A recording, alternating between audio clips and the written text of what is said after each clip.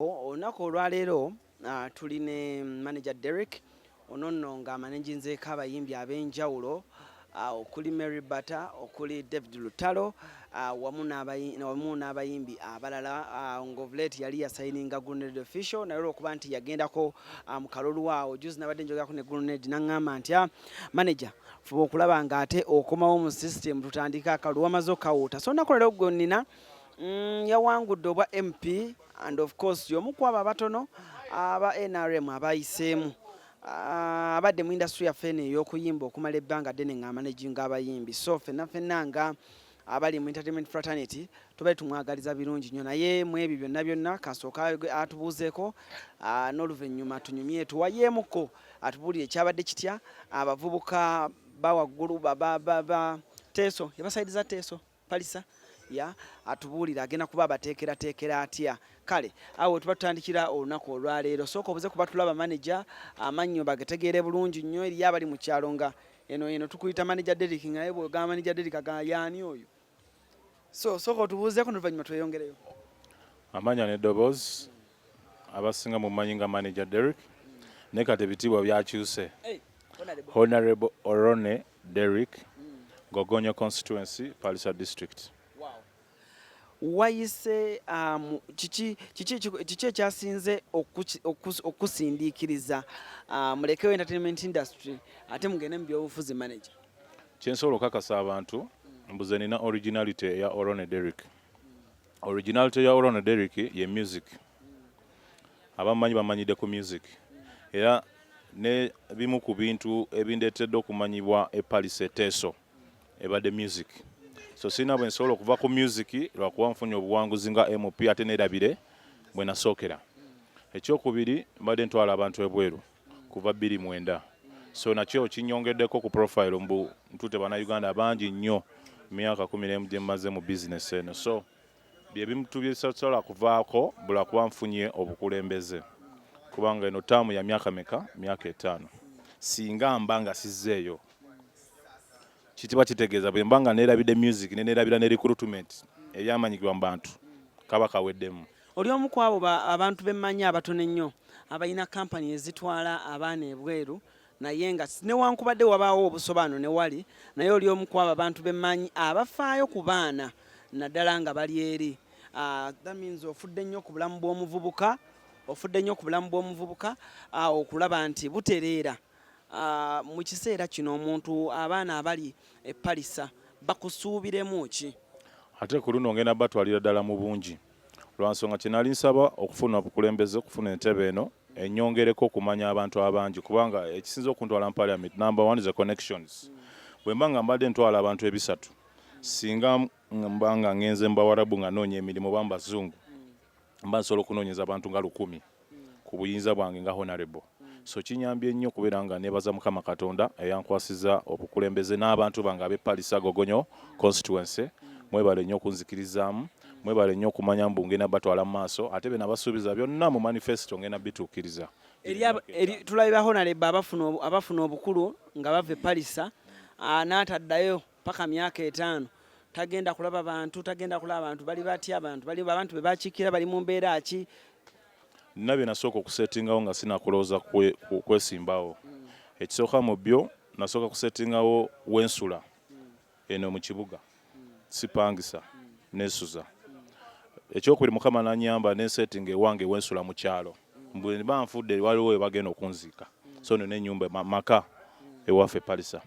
Ekyokusatu nateekayo radio station gali Makeera kizimbe ekyo nakyo nakigula ewali radio station Palisa FM Palisa FM so kikulaga mbu eri nina bye ntaddeyo ebitagenda kunde abavubuka batereddewo emirimu abavubuka nabo bateredde emirimu ate bentu tebe bangi ate ng'obikoze tonnatula mu ntebe so mbikoze nga sinatula ku ntebe so togitudde mu kigenda kitegeeza kale emirimu gingenda kugifunira abantu bange mingi nnyo ewali bannayuganda abeeno abaganda n'abasigadde then neera abateeso bannange abampa obulu nabo mbawe ku mirimu wali mbadde ntwala nnyo abantu ba Central Western ennyo okusinga abateeso naye nga Mukama anyambye mbu mpezezza abateeso nga 1,000 bentuute ebweru ate nga tebatooladde 1,000 yes so bye bimu ebintunze mu kintu kino nkiyingiddemu nga sitomedde butomezi naye natandika doki planning mabega myaka nga 3 mabega Yes.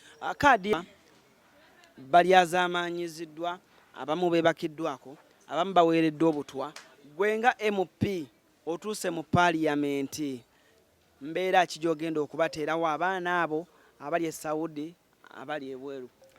Kinyambye nnyo kati munange kye nali nkaabirira ekyalo ekirooto kyange nkituukiridde. Era nasaba Mukama Sekadaamo bategeera. Yes, nasaba nnyo Mukama Katonda singa Mukama anyamba ne nfuna obuyinza ne mbuka MP. Mba ngenda kwosa bwongo bwange kulanga tutambula mu zino ensi eziriko ebizibu okulondoola abaana bano. Kuba amanyi bizibu bingi nnyo ebiri eri. Kati ze mbitegeera bulungi teri muntu asobola okunnimba ku kintu kikwatagana kutwala abantu bweru. Nkibaddemu more than myaka 10. So mmanyi ebizibu ebiriyo ate mmanyi ki ekyetaagisa okukolebwa. Kale engeri gye nnyingiddeyo ngenda kukolagana ne ba MP bannange singa Mukama anyamba ne mu komite ya Labour yennyini ne banteekamu tugenda kwanguyirwa nnyo. Naye newa tebataddemu nja kufuba nnyo okulanga nkwatagana ne ba MP bannange tugende ensi ku nsi nga tulondoola abantu bano nga tutereeza ebizibu bino. Kadama ali mu kiyumba, contract yaggwako, kintu kikyagaanye.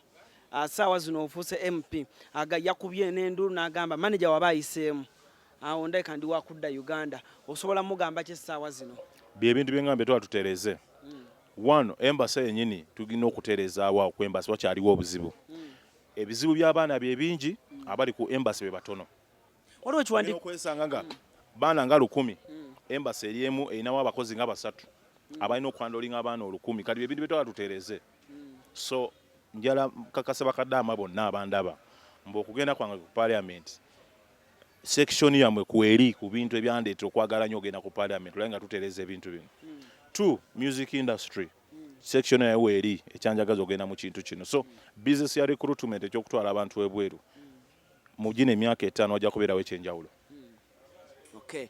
Kale manager Derrick ndowooza akunyonyodde bulungi. Waliwo simanyi oba yabadde ku fake account naye UAE yafulumiza ekiwandiiko nga eraga nti no more recruiting abaana naddala abayita mu private agencies. Wakirabyeko? Nedda mwakikute bubi. UAE kiyadde egamba mbwaliwo zino agencies ezibadde e Dubai, Abu Dhabi, UAE mu nsi nga United Arab Emirates ng'ekola ebyokubeera nga ereeta ba housemaids through their private agencies. Kati waliwo gwe bafunye eyafunye contract eno nga bali bonna babaddewo nga bakola emirimu gino bagenda kubajjawo business yonna bagikwase muntu omunaani omu. Omanyi business eno mu kutandika abantu baginyoma, tebagirabamu seriousness ekiri awo. That's why ndi omu ku bantu abatandika business eno. Mu kutandika business eno twali companies 6 e Uganda. Saaka kati wenjogera tuli companies 205 plus. Ne mu kutandika twali meka 6. So abantu bagenda picking a business eno mpola mpola ne bagitegera kikyeri. Ne bategera eri mu sente. That's why ziweze company impetitive. Kye kimu nerimba Warabu mu kusooka tebagitegeera. Kati bageze bapiikinga kati Omwarabu naye avuddeyo n'agamba lwaki abayindi bokka bye bafunamu. Opiikize lwaki abayindi bokka bye bafunamu. Kati tukijjewo ne batuula ne omanyi babeera ne ba kings si ba president. Ne batuula ne ba kings bagamba nedda tufune omuntu waffe mu royal family yaffe gwe tukwasa ki ekintende eno webale nnyo. Njagala kinsamalizingire omwana akitegere bulungi kuba abaana bangi bansindikidde gundi eyo nga baŋŋamba Alani waliwo actually mukwano gwange omu muwala bamwita Fashira yansindikidde naŋŋamba Alan olaba tebakyaddamu kuleeta Bakadama. So neŋŋamba yiyi naye neŋŋamba naye kirungi nnyo olwaliro nkulabye. So kinnyonnyola omwana ate ategedde Luzungu but ona tukimutire ku sowani. In fact,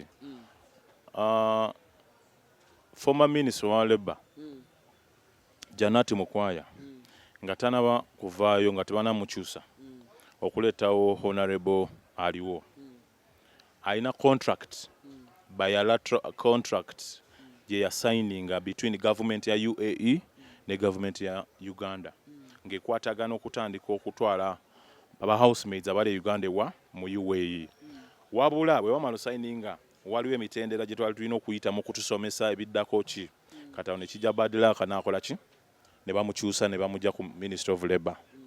Naye n'aliwo bagenda kutereeza balina okutereezaamu kati tutandika okusupplyinga UAE ba maid nga bwe tusupplyinga Saudi Arabia.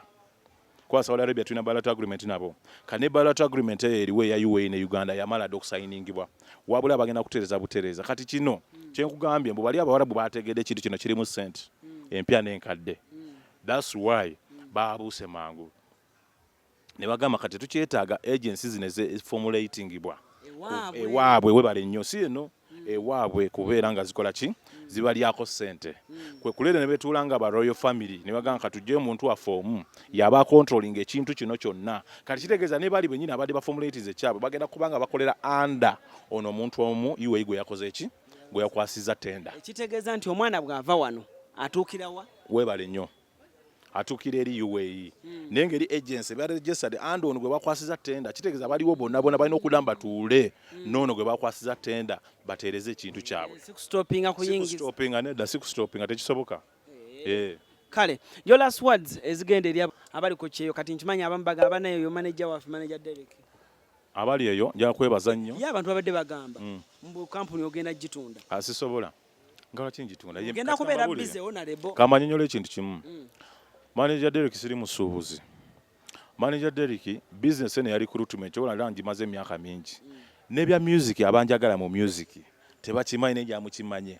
Eno business okutwala abantu buweru ye yanyamba okufuna cent kulanga nziteka mbayimbi. Opinga point kwa abayimbi mukimanyi bulungi saafunamu. Nali ntekamu nga tezivaayo. Naye because nina passion ne love for the music sector and industry, that's why you still see me nga nkyali mu kintu kya music. Music mwagala mwakazi mu mutima nga walaba Mr. Katendo wa Ibonis oyo mwami tanajjayo sente ze yateekamu Ibonis oyo yatandika naye agala nnyo ayina love webale nnyo kati kyekimu ne manager Derrick so siina bwe nsobola okujjawo kino ekindetedde bizimbe byenfunye radio station gyenfunye motoka zenfunye n'obuwanguzi bwenfunye byonna bivudde mu ki webale nnyo n'erinnya lyenfunye byonna bivuddemu eno business emu kati sina bwe nsobola okukyamuka amangu mbula kuba nfuuse MP ate nzijawo kino ekibadde kimbeezaawo kulanga mundaba nga manager Derrick. Okay.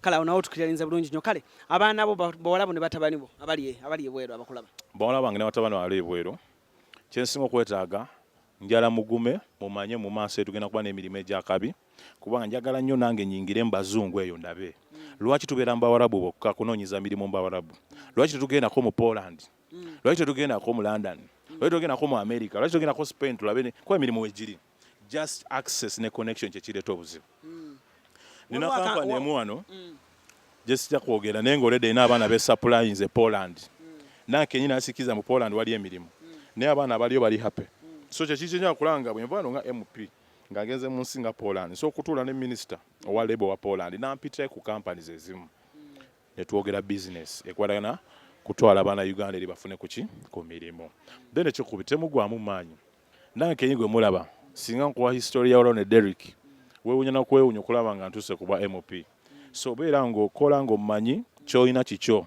ate okikwata bulungi ky'olina kyekikyo temunyoma mirimu toda kwagala kudda nnyo waka kuba waka naawe ebizibu ebiri bingi bw'oba omaze contract emyaka 2 renewinga ode emyaka emirala meka ogenda okudda nga kasendeko weekali kwansagala tobeerenga abaana bagenda eri myaka 2 nakumawo nga yedde sente z'akagaali tazirina ate obadde bweru myaka 2 kyokka gwolese Uganda osanze ataakusingako nodda mu mbeera nga yakuswala buswazi tweyanze nnyo manager kale